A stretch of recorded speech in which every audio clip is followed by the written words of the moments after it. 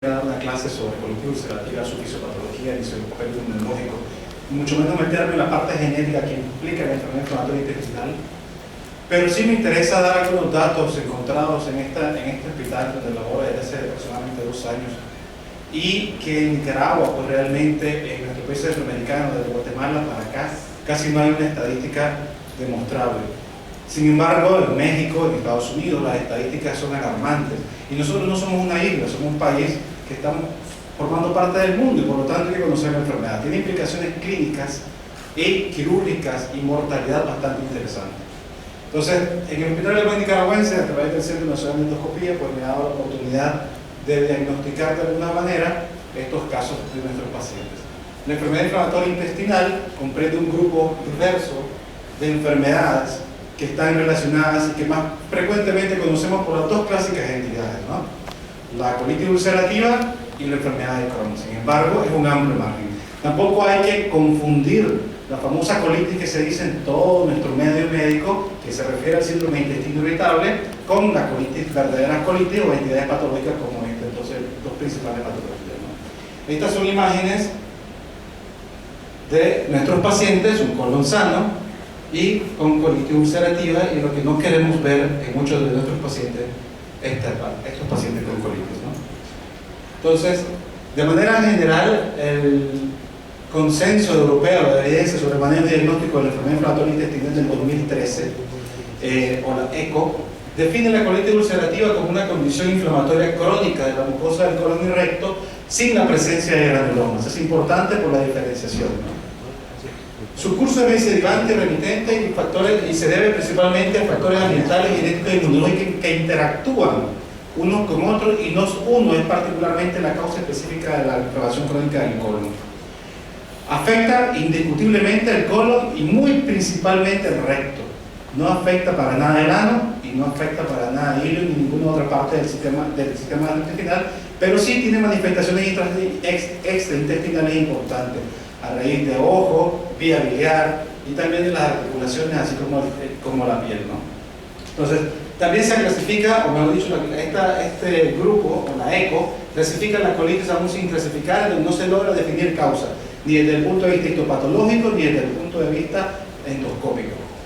La colitis también se puede tener con una colitis indeterminada. Este término de colitis indeterminada es exclusivamente histopatológica con la pieza quirúrgica. Es decir, aquí es el patólogo el que nos va a determinar, porque se sobreponen características de la enfermedad de Crohn y la colitis ulcerativa. Este tipo de enfermedades en particular es muy difícil de tratar, muy difícil de diagnosticar además, y el seguimiento es aún más difícil. La colitis dependiente de corticoides, cuando tenemos un paciente que tenemos con corticoides, ojo, los corticoides no se usan de manera rutinaria por año o de manera crónica en los pacientes con enfermedad inflamatoria intestinal. Se usan en los casos agudos, donde hay una exacerbación de los síntomas o una activación de la enfermedad, y deben de ser retirados paulatinamente. Nunca se debe de dar un curso de corticoides, mantenerlo y retirarlo de manera brusca. La colitis refractaria al corticoide y la colitis refractaria a los inmunomoduladores. Estos son los conceptos básicos que nos dice la ECO que tenemos que manejar para el adecuado tratamiento y manejo de la enfermedad, ¿no? Dentro de la epidemiología, pues existe una prevalencia de 100 por cada 100.000 habitantes, afecta principalmente entre los 25 y 35 años, con un segundo pico entre los 50 y 75 años. Cerca del 20 al 25% de los casos se pueden presentar en la infancia o en la adolescencia, y en el Reino Unido la incidencia es de 7 por cada 100.000 pacientes. En Estados Unidos se dice que es cercanamente a 250.000 a 500.000 pacientes diagnosticados con colitis ulcerativa o enfermedad con colitis ulcerativa. La incidencia anual en Estados Unidos es de 2 a 7 por cada 100.000 habitantes. Se generan cerca de 250.000 consultas al año por esta causa, 20.000 hospitalizaciones, y en gasto gubernamental implican cerca de $500 millones al año. Eso es en Estados Unidos, ahora imaginemos nosotros acá. La edad promedio de diagnóstico es el 29.3 años en Estados Unidos, principalmente mexicoamericanos, que siguen siendo una población bastante importante. Los migrantes, los mexicoamericanos representan cerca del 64% de la población hispana allá en Estados Unidos, pero se caracteriza por tener un curso menos agresivo. En México la incidencia ha venido aumentando de manera anual y gradual. Van a ver una lámina en donde podemos observar el crecimiento porcentual a través de los años de la política ulcerativa de su incidencia. Actualmente se plantea que es de 2.6, cercano al 3.2% de incidencia anual. En España no se sabe todavía con seguridad la incidencia, se ha medido de acuerdo de una relación a la receta de oxalacina, cuya incidencia radica por la prescripción de oxalacina en cerca del 13.5 a 27 por cada 100.000 habitantes.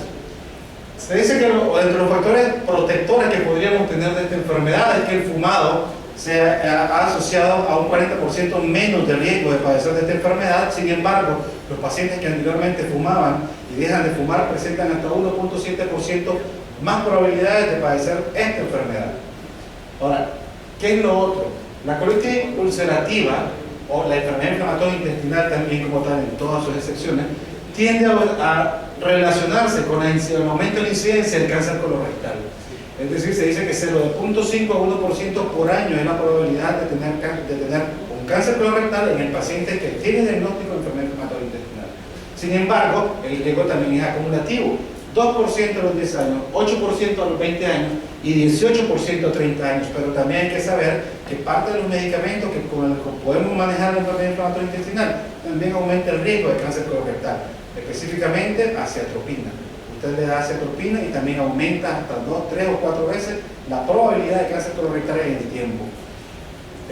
Está asociado no solamente al cáncer colorectal, sino también al cáncer de la vía biliar y a la colangitis esclerosante.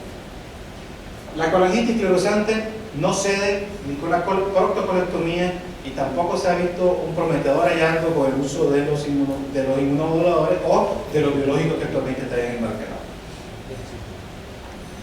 Las teorías etiológicas, han habido durante el tiempo mucho, se llegó a asociar inclusive en algún momento a un problema meramente psicológico. Actualmente se ha visto que hay una infección específica persistente que promueve la respuesta inflamatoria e inmunológica. Existe una desregularización de la respuesta inmunológica y activación del complemento. Hay crecientemente una teoría de la disbiosis, donde el desbalance de las bacterias comunes con las bacterias patógenas hay un desbalance bastante importante. Los defectos en la barrera de la mucosa intestinal a nivel del intestino grueso, defectos en la eliminación microbiana o el clearance bacteriano y la regulación inmune aberrante que se asocia a este tipo de enfermedades que promueve, al fin y al cabo, es una respuesta inflamatoria crónica. Entonces, se ha establecido además que el estilo de vida, la alteración en la microbiota y la enfermedad están íntimamente relacionados, de tal forma que la alta calidad de higiene en el agua en algunas comunidades en los países desarrollados, y sobre todo nosotros que vamos en vía de desarrollo, las familias pequeñas en el caso de los países desarrollados, las infecciones tardías que anteriormente pensábamos nosotros o hemos pensado durante tanto tiempo que el hecho de protegernos contra las enfermedades nos estábamos curando de una manera importante, pues se ha observado que el abuso, más que el uso de los antibióticos asociados a los programas de vacunación extensa que se han proliferado durante todos estos años, pues ha venido aumentando la incidencia de esta enfermedad junto con el estilo de vida sedentario, la ingesta de carbohidratos complejos, grasas, una deficiencia de dieta y nutrición, así como el tipo de cocina de los alimentos y la refrigeración de los mismos. El estilo de vida afecta directamente la microbiota, hay una alteración de la misma, se producen señalizaciones metabólicas en un individuo susceptible de la enfermedad y entonces la respuesta inmune primaria se altera y proviene entonces todo el proceso inflamatorio crónico de la enfermedad. Entonces, basado en esto, disculpa por la teoría, aquí se trae lo textual de donde me encontré. Esto fue en la segunda reunión de enfermedad inflamatoria intestinal, allá en el Distrito Federal. Entonces, esto, la teoría de la higiene, la hipótesis de la higiene y las enfermedades alérgicas, ¿no? Entonces, comer tierra. ¿Por qué? Porque nosotros, que existe cierta ironía en el hecho de que nosotros ahora tenemos que buscar nuevas maneras de tratar de reproducir las enfermedades infectocontagiosas que nos atacaban durante tanto tiempo y que de una manera muy expedita o de manera bien beligerante hemos venido tratando a través de los años, pero que de manera contradictoria hemos venido observando un aumento en enfermedades de origen inmunológica y un crecimiento en enfermedades como la linfoma no-Hodgkin, en cuya frecuencia pues se ha ido aumentando en los países en vía de desarrollo. Entonces, de forma general, la etiología actualmente se centra en 3 grandes factores. La genética, porque se ha demostrado desde el punto de vista genética que existe polimorfismo en el HLA2 y 3, así como polimorfismos que se han encontrado en las interleucina 1, 4 y 6. También hay defectos inmunitarios como el desequilibrio de la respuesta inmunológica mediada por linfocitos inmunes tipo 2, también por la interleucina 4, 5, 6, 10 y 13, y actualmente la interleucina tipo 23 también.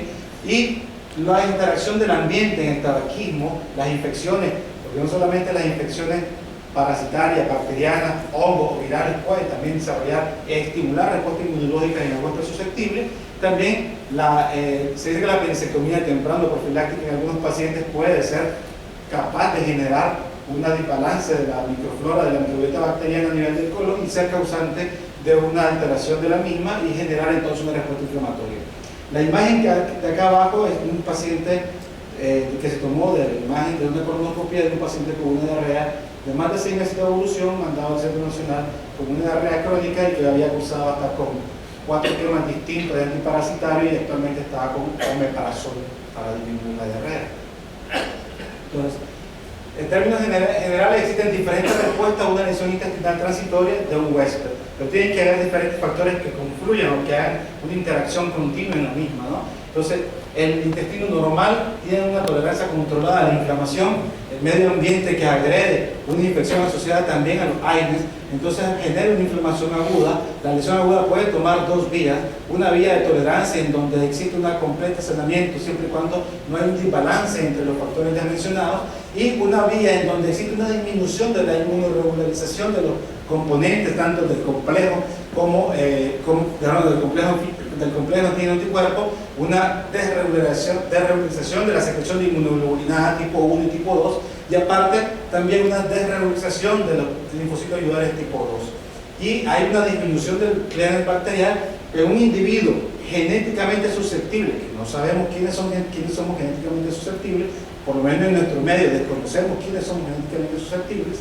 Entonces genera un proceso inflamatorio crónico, la expresión de la enfermedad, y una vez que se produce la aparición de la primera respuesta inflamatoria que no tiene control, entonces esto es una cascada continua porque es un proceso inflamatorio crónico continuo. En esta imagen, de manera rápida, pues estamos viendo una incidencia del doctor Yamamoto. La incidencia de México en aproximadamente 20 años se ha observado un incremento de 2.6% hasta el 2006 comparativamente con el 1986, ¿no? ¿Para qué me sirve todo esto en la clínica? Cerca del 55% de todos los pacientes que tienen una actividad inicial a 5 años están en remisión. No quiere decir que están curados, están en remisión. Cerca del 37% tienen una actividad crónica intermitente, es decir, que son los pacientes que están constantemente llegando a nuestro consultorio. Cerca del 6% tienen una actividad crónica continua. Si usted suma, son el 43% de los pacientes, y 1% apenas se va a generar una actividad severa. ¿Para qué? ¿Por qué debo saber todo esto? La historia natural de la enfermedad, en la fase preclínica solamente hay una alteración microscópica inflamatoria que se puede ver por patología. Hay una respuesta inmunológica normal, y desde el punto de vista de la alteración de la flora intestinal asociado a factores genéticos con factores ambientales. En la etapa temprana hay una inflamación macroscópica de la mucosa intestinal, hay una localización y una extensión de la lesión con manifestaciones clínicas, aquí es donde aparece principalmente la diarrea. Y en la fase tardía nosotros podemos hacer incidencia en las complicaciones, en la localización y los tipos de lesiones a nivel intestinal, en el tiempo, en general la cirugía, para evitar la desestabilidad y la muerte del paciente. La presentación clínica, diarrea, moco, sangre, poco tenemos fiebre, dolor, en algunos casos tóxicos. Ustedes se fijan, dolor, fiebre, moco, sangre, disentería. No es cierto, todos los pacientes tienen disentería. Entonces aquí es donde radica en nuestro medio, con infecciones tropicales, todavía con nuestras diarreas infecciosas, donde existe la labor de la anamnesis, ¿no? Entonces, estas son algunas manifestaciones intraintestinales, se presentan en el 6-47%, la colangitis clerosante no mejora, el diagnóstico es histológico, clínico y endoscópico. Histológicamente hay una característica que el consenso de la ECO del 2013 nos da: la pérdida de la arquitectura celular, la extensión y distribución anormal de la arquitectura, el brote agudo de linfocitos y plasmocitos, no puede generar. Nosotros decidimos hacer un estudio En el Hospital Alemán Nicaragüense, un estudio retrospectivo de corte transversal, de junio del 2013 al 14, se encontraron 30 pacientes en ese periodo que ya estaba yo. Se excluyeron 5 por no contar con la biopsia, a pesar que tenían cerca de 1 a 5 años de diagnóstico. En el periodo que yo estuve, se realizó el paciente, ese estudio, se dieron a cercana a 11.000 consultas en el Hospital Alemán, 720 consultas fueron de la especialidad de cirugía colorectal. Se encontró que de estas 720 consultas, 3.47% de los pacientes fueron por PUSI, 16 mujeres, 9 hombres, una paciente embarazada que lamentablemente perdió el producto, un paciente VIH positivo y un paciente de 16 años. La edad promedio fue de 38.5 años, 23 pacientes eran del casco urbano de la capital, todos son mestizos, nadie alemán, ni tampoco nadie hebreo, ni nada por el estilo. 80% no tenían ningún antecedente personal patológico, 92% no fumaban, 9 pacientes tienen diagnóstico previo de 1 a 5 años, pero sin embargo 21 pacientes se encontraban sin medicamentos.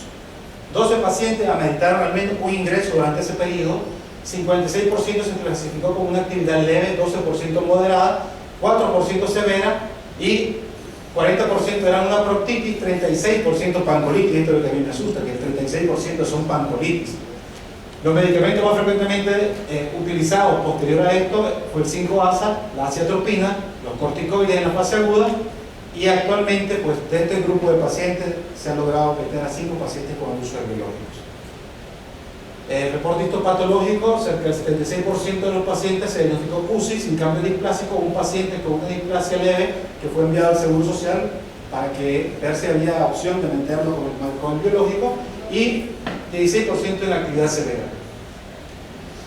De todo tratamiento previo, como ustedes pueden observar, de los 25 pacientes que nos quedaron, 21 pacientes no tenían ningún tratamiento al momento de la epidemia. Entonces, ya posteriormente se empezaron a prescribir medicamentos, se encontró que estaban 9 pacientes con mesalazina, o el uso de mesalazina con corticoides, inmunomodulador corticoides, los corticoides, con enema o uso de antibióticos, y una paciente únicamente con el uso de corticoides en ese momento. Ahorita estas son imágenes de un colon sano, un mayo endoscópico 1, se observa la transición de la mucosa de la enferma a la sana, un mayo endoscópico 2, prácticamente esto ya no es nada bueno, ¿verdad? Y lo que no queremos observar en un paciente con una colitis ulcerativa, que ya son la presencia de pseudopólipo, hay pérdida de arquitectura, tubular, no hay distensibilidad adecuada, y lo más importante, la paciente. Esta es una femenina de 24 años, y tenía 4 años de diagnóstico, ingresó al Hospital Alemán con diagnóstico de shock por dengue, con signos de alarma, y al hacer la endoscopía, después que se estudió, se encontró eso.